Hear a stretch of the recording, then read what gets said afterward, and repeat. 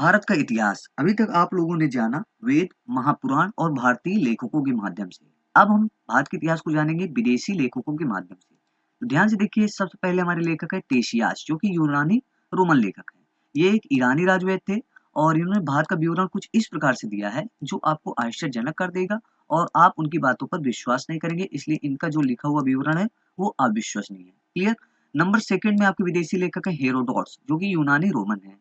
आप जानते हैं कि इन्हें इतिहास का पिता के नाम से भी जाना जाता है। इतिहास के पिता हेरोडोटस हैं, क्योंकि इन्होंने हिस्टोरिका नाम की पुस्तक लिखी है जिसमें संपूर्ण भारत और फारस के संबंध को दिखाया गया है। और ये भारत फारस संबंध 5वीं शताब्दी ईसा पूर्व का जिक्र है। ओके, पूरा पूरा वर्णन मिलता है, इसलिए इन्हें इतिहास के पिता के नाम से जाना जाता है। सिकंदर के साथ आने वाले 3 लेखक होते हैं जिनका नाम है निरयाकश, आशुबुलस एंड आनिसिक्रिटस। इनके द्वारा दी गई जानकारी जो इतिहास की है वो अधिक विश्वसनीय और प्रमाणिक मानी जाती है। तो ऐसा मानना है भारतीय लोगों का कि इन्होंने जो भी जानकारी अपनी पुस्तकों में दिया है वो सबसे विश्वसनीय और प्रमाणिक है। ओके, और ये सिकंदर के समय आते हैं। नंबर 4, मेगास्थनीज का नाम सभी लोग जानते हैं। मेगास्थनीज जो कि सेलुकस निकेटर का राजदूत बनकर के चंद्रगुप्त मौर्य के दरबार में आया है। याद रखिएगा, कंफ्यूज नहीं हो गया। चंद्रगुप्त मौर्य अलग है, चंद्रगुप्त द्वितीय अलग है। ओके, उनके शासनकाल में फाहियान आते हैं, लेकिन मेगास्थनीज चंद्रगुप्त मौर्य के शासनकाल में। और आप जाहिर सी बात है, मौर्य के शासनकाल में है तो मौर्य युगीन संस्कृति और समाज का पूरा पूरा वर्णन करते हैं अपनी पुस्तक इंडिका में। इंडिका किसने लिखी? बहुत बार ये क्वेश्चन बनता है मेगास्थनीज। और अर्थशास्त्र आपके चाणक्य ने। ये क्वेश्चन बनते ही बनते हैं। नेक्स्ट देखिए, नेक्स्ट हमारे विदेशी यात्री हैं डाइमेकस। तो डाइमेकस का क्या काम था? डाइमेकस जो कि आंतियोकास का राजदूत बन के आया बिंदुसार के दरबार में। ओके, और इन्होंने भी मौर्य युगीन सूचना लिखी जैसे आपके मेगास्थनीज ने लिखी है। क्लियर। नेक्स्ट हमारे विदेशी लेखक है टॉलमी। टॉलमी बहुत ही विख्यात नाम है, जिन्हें भारत के भूगोल का जनक भी माना जाता है। जैसे इतिहास के जनक आपके कौन है? आपके इसके अलावा कुछ अन्य और आपके विदेशी लेखक है। प्लिनी ने नेचुरल हिस्ट्री नाम से पुस्तक लिखी है जिसमें पूरा आपको नेचुरल बायोडेटा मिल जाता है। इसके अलावा पेरिप्लस ऑफ द एरिथ्रियन सी नाम की पुस्तक है जिसके लेखक के संबंध में कोई जानकारी नहीं, क्योंकि बहुत ही पुरानी पुस्तक है। 80 ईस्वी में लिखी गई हिंद महासागर की यात्रा पर पूरा ये बायोडेटा आपको मिल जाएगा। इसने उस समय के भारत के व्यापारिक वस्तुओं और बंदरगाहों के बारे में जानकारी पूरी तरीके से लिखी है इस पुस्तक में। Periplus of the Erythraean Sea, most important. अब बात करते हैं चीनी लेखक की। हमने कवर कर दिए हैं यूनानी और रोमन लेखक। चीनी लेखक में मोस्ट इंपोर्टेंट है हुएनसांग, सब लोग नाम जानते हैं। हुएनसांग जो कि 629 ईस्वी में हर्षवर्धन के शासनकाल में आया था और इनका काम था नालंदा में अध्ययन कर बौद्ध ग्रंथों को एकत्र करने का काम मिला था इनको। इसने अपनी पुस्तक इन्होंने एक पुस्तक लिखी बौद्ध ग्रंथों पर बेस्ड, सी यू की।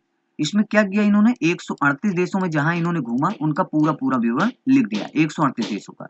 इसने हर्षकालीन समाज और राजनीति और धर्म के बारे में विस्तृत वर्णन किया है, जिसको आप पढ़ करके भारत के इतिहास के बारे में जान पाएंगे हर्षवर्धन के शासनकाल का। क्लियर। इसके अनुसार सिंध के राजा शूद्र थे, ऐसा इन्होंने स्पेसिफिक स्टेटमेंट दिया। जो सिंध के राजा थे वो मात्र शूद्र थे।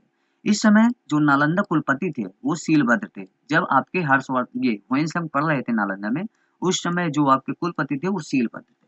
क्लियर।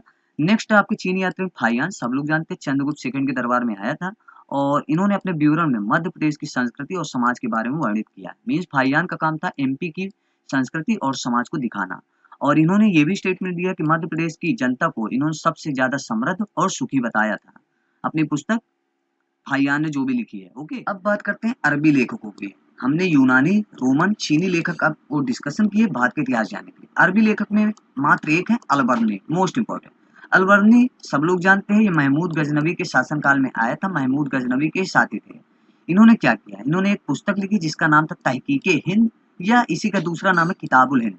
हिंदी में बोले तो भारत की खोज इसको कहा जाता है। और ये क्वेश्चन बहुत ही बनता है कि तहकीके हिंद की खोज या किताबुल हिंद हर एक एग्जाम में पूछा जाता है। तो आप इस पुस्तक को जब पढ़ते हैं तो उसमें भारत के रीति रिवाज, राजपूतकालीन समाज पर पूरा पूरा प्रकाश डाला गया है, सुंदर प्रकाश डाला गया है। किसके द्वारा? अलबर्नी द्वारा। एक बार और ध्यान सुन लीजिए। आप तहकीके हिंद या किताबुल हिंद को पढ़ते हैं तो भारत के रीति रिवाज, राजपूतकालीन समाज पर पूरा सुंदर प्रकाश डाला गया, आपको पूरी पूरी जानकारी मिलती है। अब बात करते हैं अन्य दूसरे लेखकों की। तो मार्को पोलो जो सबसे पहले नाम आता है, वो पांड देश की यात्रा 13वीं शताब्दी के अंत में करने आए और इन्होंने पूरा पांड इतिहास की संपूर्ण सूचना लिख डाली। तो मार्को पोलो बेस्ड आप पुस्तक पढ़िए और पांड देश की जानकारी जुटा लीजिए। क्लियर। अब लास्ट स्टेटमेंट वीडियो को एंड करेंगे। लास्ट आपके विदेशी लेखक है तारानाथ।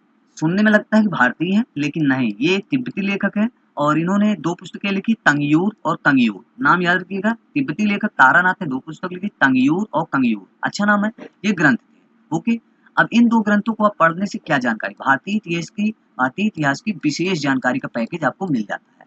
तारानाथ बेस्ड पुस्तक तिब्बत लेखक है, तंगयूर और कंगयूर पढ़िए, इसमें भारतीय इतिहास की बहुत ही स्पेशल जानकारी आपको मिल जाएगी।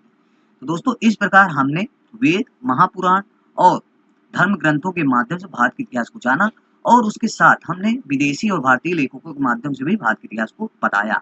तो दोस्तों ये पार्ट नंबर 5 था। अच्छी लगी हो तो वीडियो को लाइक करें, शेयर करें और चैनल को सब्सक्राइब करें। जय हिंद, जय भारत।